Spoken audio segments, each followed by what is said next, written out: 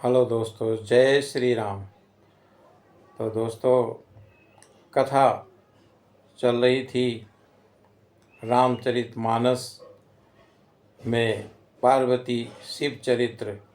और पार्वती जी ने पूछ दिया कि राम जी के अवतार के क्या कारण है, क्यों वो मनुष्य रूप धारण करते हैं।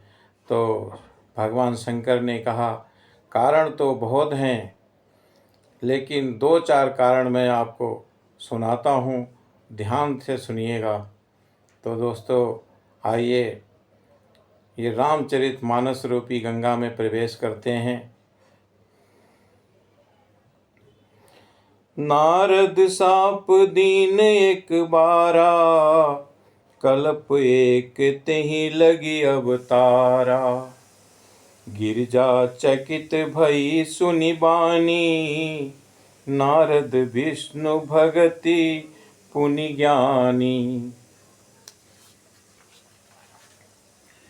एक बार नारद जी ने शाप दिया, अतः एक कल्प में उसके लिए अवतार हुआ। और ये बात सुनकर पार्वती जी बड़ी चकित हुईं और बोली कि नारद जी तो विष्णु भक्त हैं और ज्ञानी हैं।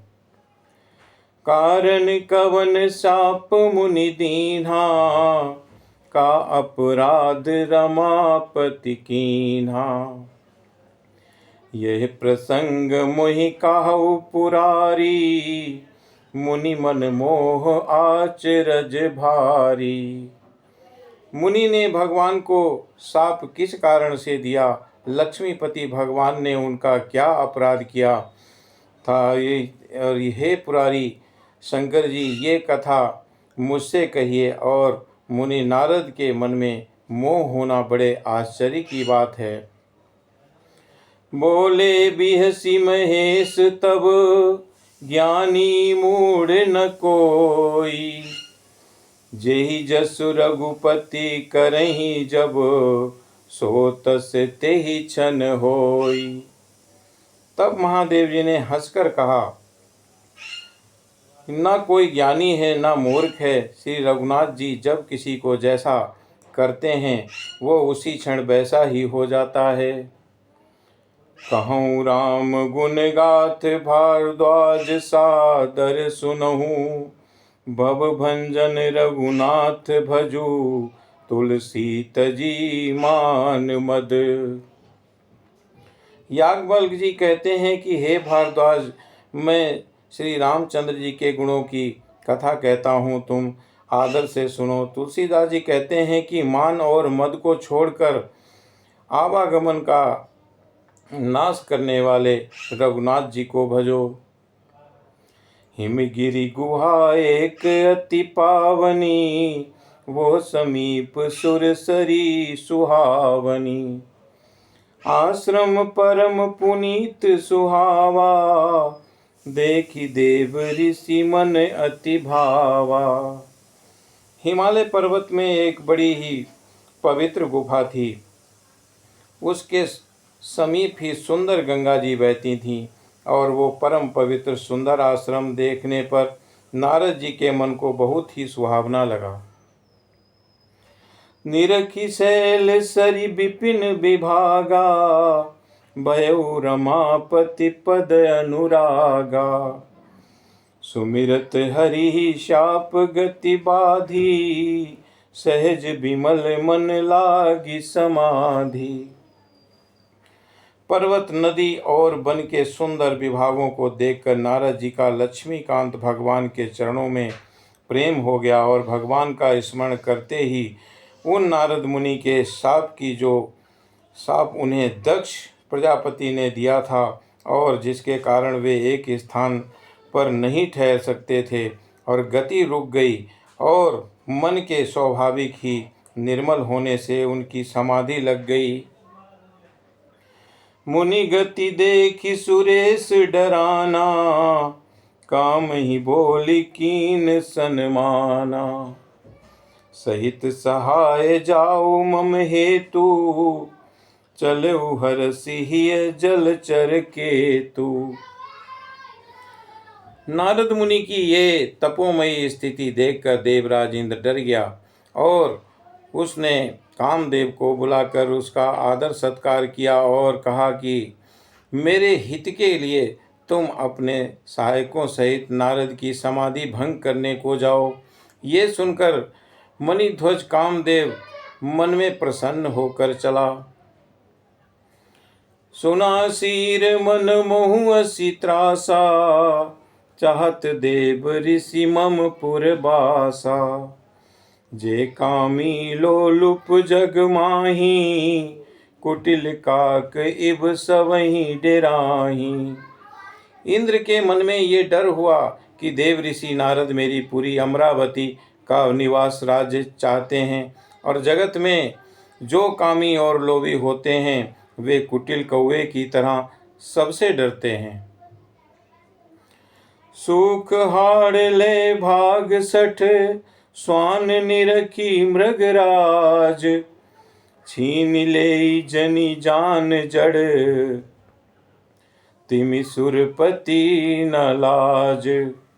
जैसे मूर्ख कुत्ता सिंह को देखकर सूखी हड्डी लेकर भागे और वो मूर्ख ये समझे कि कहीं उस हड्डी को सिंह छीन न ले, वैसे ही इंद्र को नारद जी मेरा राज्य छीन लेंगे ऐसा सोचते लाज नहीं आई। तेहि आश्रम ही मदन जब गयऊ, निज माया बसंत निर्मयऊ। कुसुमित विविध बिटप बहुरंगा, कूजहि कोकिल गूंजहि भृंगा। जब कामदेव उस आश्रम में गया और तब उसने अपनी माया से वहाँ बसंत ऋतु को उत्पन्न किया। तरह तरह के वृक्षों पर रंग बिरंगे फूल खिल गए और उन पर कोयले कूहू कूहू करने लगी और भंवरे गुंजार करने लगे। चली सुहावनी त्रिविधि बयारी, काम कृसानु बढ़ावनिहारी। रंबादिक सुर नारी नवीना, सकल अम असर सर कला प्रवीणा। कामाग्नि को भड़काने वाली 3 प्रकार की शीतल मंद सुगंध सुहावनी हवा चलने लगी और रंभा आदि नव युवती देवांगनाएं जो सब की सब काम कला में निपुण थीं, करही गान बहुतान तरंगा। बहुविधि कीड़हि पानी पतंगा, देखी सहाय मदन हरसाना। कीन सिपुनि प्रपंच विधि नाना। वे बहुत प्रकार की तानों की तरंग से के साथ गाने लगी और हाथ में गेंद लेकर नाना प्रकार के खेल खेलने लगी। कामदेव अपने इन सहायकों को देखकर बहुत प्रसन्न हुआ और फिर उसने नाना प्रकार के माया जाल किए। काम कला कछु मुनि न व्यापी, निज भय डरेउ मनोभव पापी। सीम की चापि सकई को तासु, बड़ रखबार रमापति जासु। परंतु कामदेव की कोई भी कला मुनि पर असर न कर सकी और तब तो पापी कामदेव अपने ही नाश के डर से डर गया और लक्ष्मीपति भगवान जिसके बड़े रक्षक हों, भला उसकी सीमा मर्यादा कोई दबा सकता है। सहित सहाय सवित अति, मानिहारी मन मैन। गह सिजाई मुनि चरण तब, कही सुठियारत बैन। तब अपने सहायकों समेत कामदेव ने बहुत डरकर और अपने मन में हार मानकर बहुत ही आर्त दीन वचन कहते हुए मुनि के चरणों में जा पड़ा। भयउ न नारद मन कछु रोसा, कही प्रिय बचन काम परितोषा। नाई चरण सिरुआय सुपाई, गयउ मदन तब सहित सहाई। नारद जी के मन में कुछ भी क्रोध न आया और उन्होंने प्रिय वचन कहकर कामदेव का समाधान किया और तब मुनि के चरणों में सिर नवाकर और उनकी आज्ञा पाकर कामदेव अपने सहायकों सहित लौट गया। तो दोस्तों, आज की कथा को यहीं पर विश्राम देते हैं और आगे की कथा शेष भाग में सुन लीजिएगा।